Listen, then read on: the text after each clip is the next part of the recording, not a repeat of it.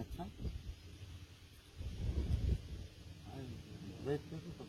नहीं राइट हाँ पाओ ನಮಸ್ಕಾರ. ಇಂದು ನಾನು ಕಜ್ಜಿಡೋನಿ ರೈಲ್ವೆ ನಿಲ್ದಾಣದಲ್ಲಿ ಇದ್ದೇನೆ.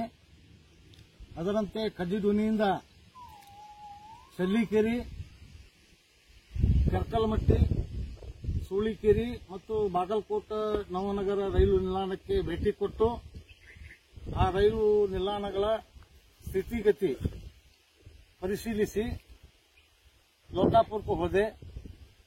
ಲೋಕಾಪುರ ರೈಲು ನಿಲ್ದಾಣ ರೈಲ್ವೆ ಸೌಲಭ್ಯಕ್ಕೆ ಯಾವುದೇ ತೊಂದರೆ ಇರಲಾರದ ವ್ಯವಸ್ಥಿತವಾದಂತಹ ಒಂದು ರೈಲು ನಿಲ್ದಾಣ ನಿರ್ಮಾಣ ಆಗಿದೆ.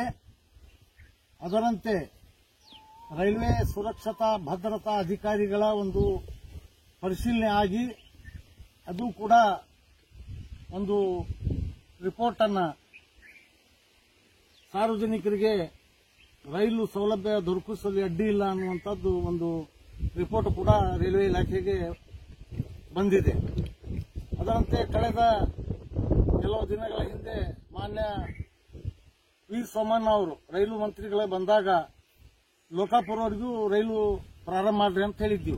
ಅದು ಯಾಕೆ ಹೇಳಿದ್ವಿ ಅಂದ್ರೆ ಈ ಲೋಕಾಪುರದಿಂದ ಬಾಗಲಕೋಟೆವರೆಗೆ ಒಳಪಡುವ ಒಂದು 6 ರೈಲು ನಿಲ್ದಾಣಗಳು, ಆ ನಿಲ್ದಾಣಗಳು ರೈಲ್ವೆ ಸೌಲಭ್ಯ ಇಲ್ಲಂದ್ರೆ ಆ ನಿಲ್ದಾಣಗಳು ಕಟ್ಟಡದ ಪ್ಲಾಟ್ಫಾರ್ಮ್ ಆಸನಗಳು ಎಲ್ಲ ಹಾಳಾಗ ಹೋಗ್ತಾವೆ.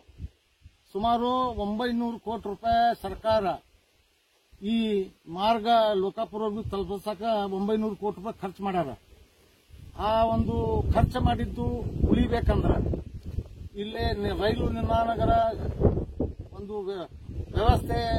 ವ್ಯವಸ್ಥಿತವಾಗಿ ಉಳಿಬೇಕಂದ್ರೆ ರೈಲು ಸೌಲಭ್ಯ ಪ್ರಾರಂಭ ಮಾಡಲೇಬೇಕು.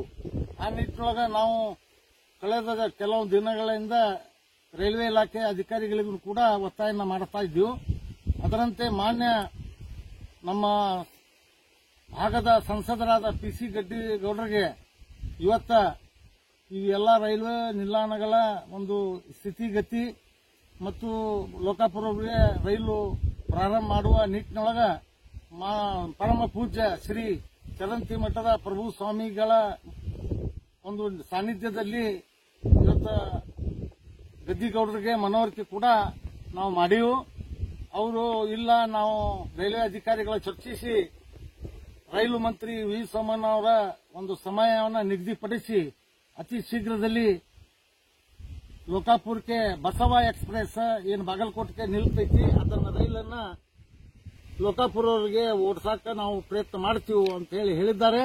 ಅದಕ್ಕೆ ಗದ್ದಿಗೌಡರು ಅತಿ ಶೀಘ್ರದಲ್ಲಿ ಲೋಕಾಪುರಕ್ಕೆ ರೈಲ್ವೆ ಪ್ರಾರಂಭ ಮಾಡುವ ಚಿಂತನೆ ಕ್ರಮ ಕೈಗೊಳ್ಳಬೇಕು, ಇಲ್ಲಂದ್ರೆ ಮತ್ತೆ ನಾವು ಉಗ್ರ ಹೋರಾಟ ಮಾಡಬೇಕಾಗತ್ತ ಅನ್ನುವಂತ ಎಚ್ಚರಿಕೆಯನ್ನ ರೈಲ್ವೆ ಇಲಾಖೆಗೆ ಕೊಡಬೇಕಾಗತ್ತ. ನಮಸ್ಕಾರ. ನಾನು ಕುತುಬುದ್ದೀನ್ ಕಾಜಿ.